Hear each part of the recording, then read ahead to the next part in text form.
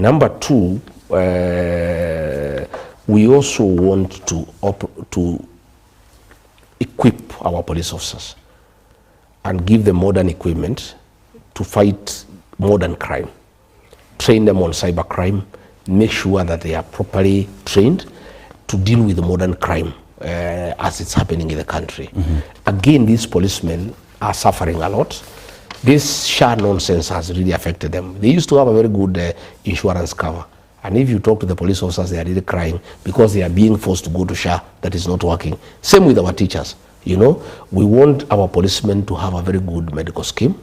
We want to have a risk allowance for them because most of them suffer in the line of duty.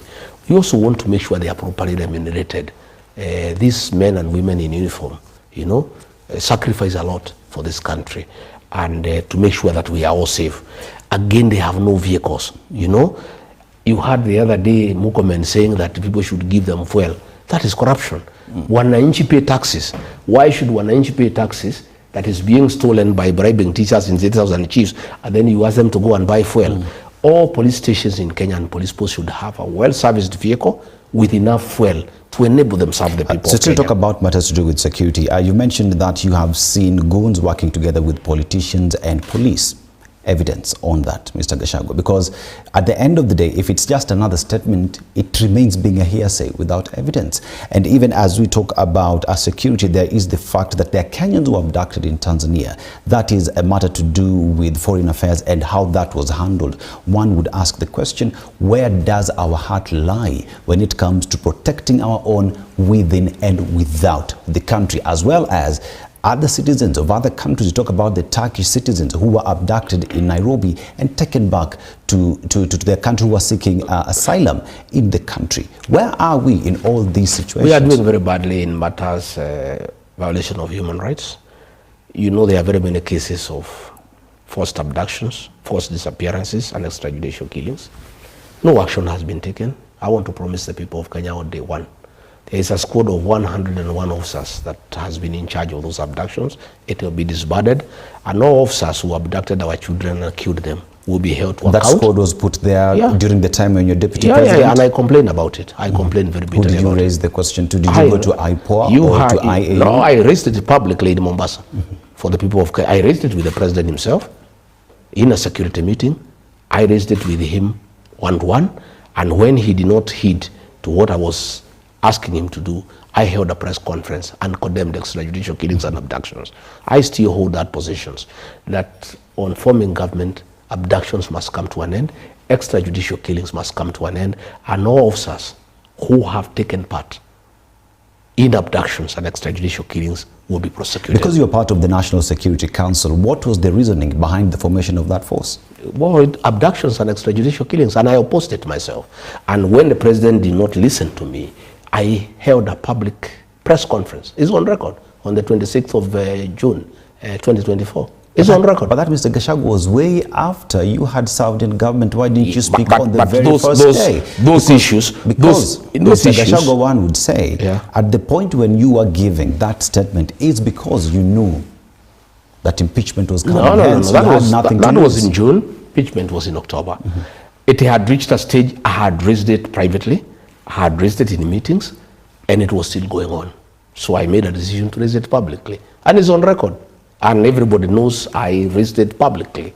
What I'm saying is, we must make sure when we form government that extrajudicial killings must come to an end, abductions must come to an end, and all officers responsible will be held to account. And let me tell police commanders who are escorting goons around the country, we are keeping a very good diary. All those officers who are in charge of Narok, on the day we were there and we were brutalized, they will be held to account when we form government.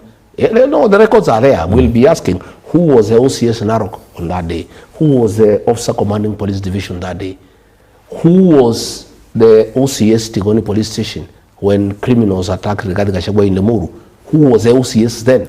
They will be taken to account. And let me tell police officers, all those who are carrying out illegal instructions from politicians, you will answer for them. And criminal activities have no time limit. when we form government, and I have asked all leaders to keep a record of police excesses.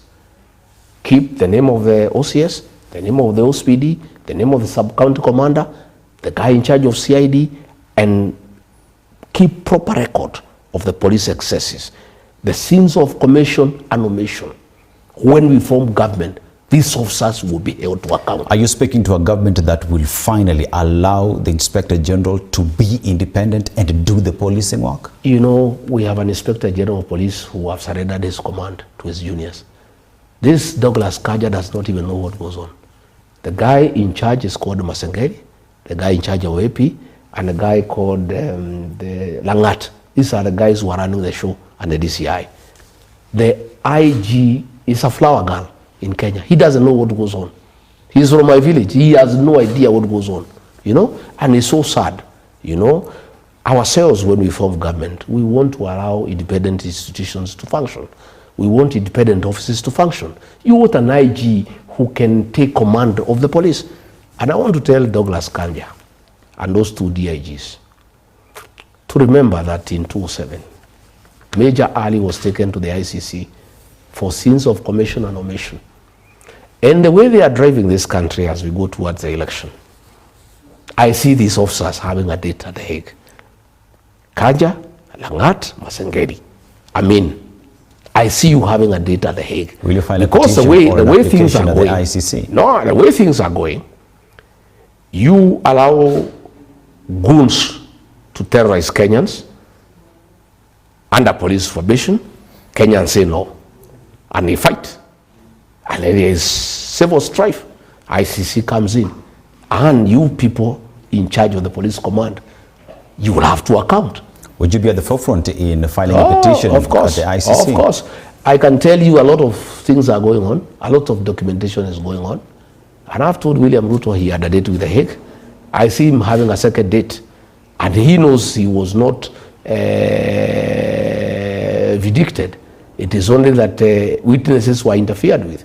He knows what Hague means, and the way things are going, I see him having a second date at The Hague because he has allowed criminals to take over the security sector and rain terror on the people of Kenya, you know. And this will constitute crimes against humanity eventually. And as we go towards 2027, the way I'm listening to Kenyans talk, Kenyans will defend themselves. And you see, when Kenyans defend themselves because the police are not available to defend them, there is anarchy.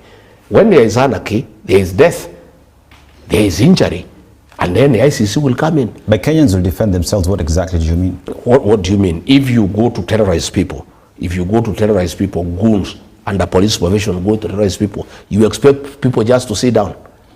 People will say no. Because Kenyans are people who have a right to self-determination. And why are police allowing that? Because under the Constitution, their work is to protect life and property. But the police are actually the ones harming the people of Kenya. They are the ones escorting goons to harm Kenyans. Yet they are the ones who are supposed to defend Kenyans from harm by goons. But they are the ones working with goons to harm the people of Kenya. And I'm telling you that situation is not acceptable. And Kenyans will say no, you know. And I am listening to many people. They are saying no, you know. People are saying no, we are not going to be attacked again. We'll also get ready. We'll defend ourselves. And that will bring anarchy. It's called the law, the state of nature. Why governments were formed is because people needed to be regulated. But we have a country where we are reverting to the state of nature, where police are working with criminals to terrorize people. When people are these policemen are paid by the taxpayers to defend the people of Kenya. They are the ones joining criminals to attack the people of Kenya. What do you expect the people of Kenya to do? Mr. Gachagua, does it mean that today, with all the cases that you have reported that you were attacked, you are unable today to walk into a police station and file a report because you do not trust the police? And if that is the case, then what picture does that paint in the minds of Kenyans who have no other option? Exactly, that's the point I'm saying. What do you expect Kenyans to do? What has happened myself now, I have people who defend me. The people who attacked us in Kariobangi church, they were fought by my people, my supporters. They fought them and they drove them away. Then they came back with the police, with the guns. and live ammunition and tear gas and overwhelmed our people because they have guns. But you see, what will happen is that there will be many cases like that. What has happened is they attacked me in Limuru. They have never attacked me again without reaction. Because you see also I have supporters who will not allow people just to attack me. You know, wherever I go now, I have people also who defend me against the gangs. But do you want that in a country where people are defending each other and police are escorting one side to attack the other? It's a shame for Douglas Kaja and the National Police Service and Kipchumba Murkomen. He talks a lot of English, but it is during his tenure, you know, it's during his tenure, you know, that goons have taken over the National Police Service. He wears expensive shoes, expensive belt, expensive watch, but the country is being run by goons. How does he even get sleep? How do you get sleep as CS Interior to say you are the CS Interior of the Republic of Kenya when goons have taken over the National Police Service? He should be very ashamed of himself. Very ashamed. It has never happened, even during the Moi era. We have never seen goons take over the country from the policemen. We have never seen that. What is your view? And I can tell you, even the president is part of it, because he issued instructions the other day. A week is over. Nobody has been prosecuted, which means he was not serious. He was just playing PR. You see, Mr. Gachagua, one would hope that where the country finds itself, especially on matters of security, that security is given utmost importance and that Kenyans would respect as well the rule of law and that the police as well would be there to do policing work. But let us go to on something that is very keen and Kenyans are following on, and this is the country's debt. Yes. At the time when you formed government, you said yourself, you found a public coffers that was empty. The country was purely broke. And during the campaign period, we would not borrow. We would have to seal all the loopholes and continue. But we saw the borrowing that continued even then. Today we speak in terms of 12 trillion shillings that is choking Kenyans on a daily basis.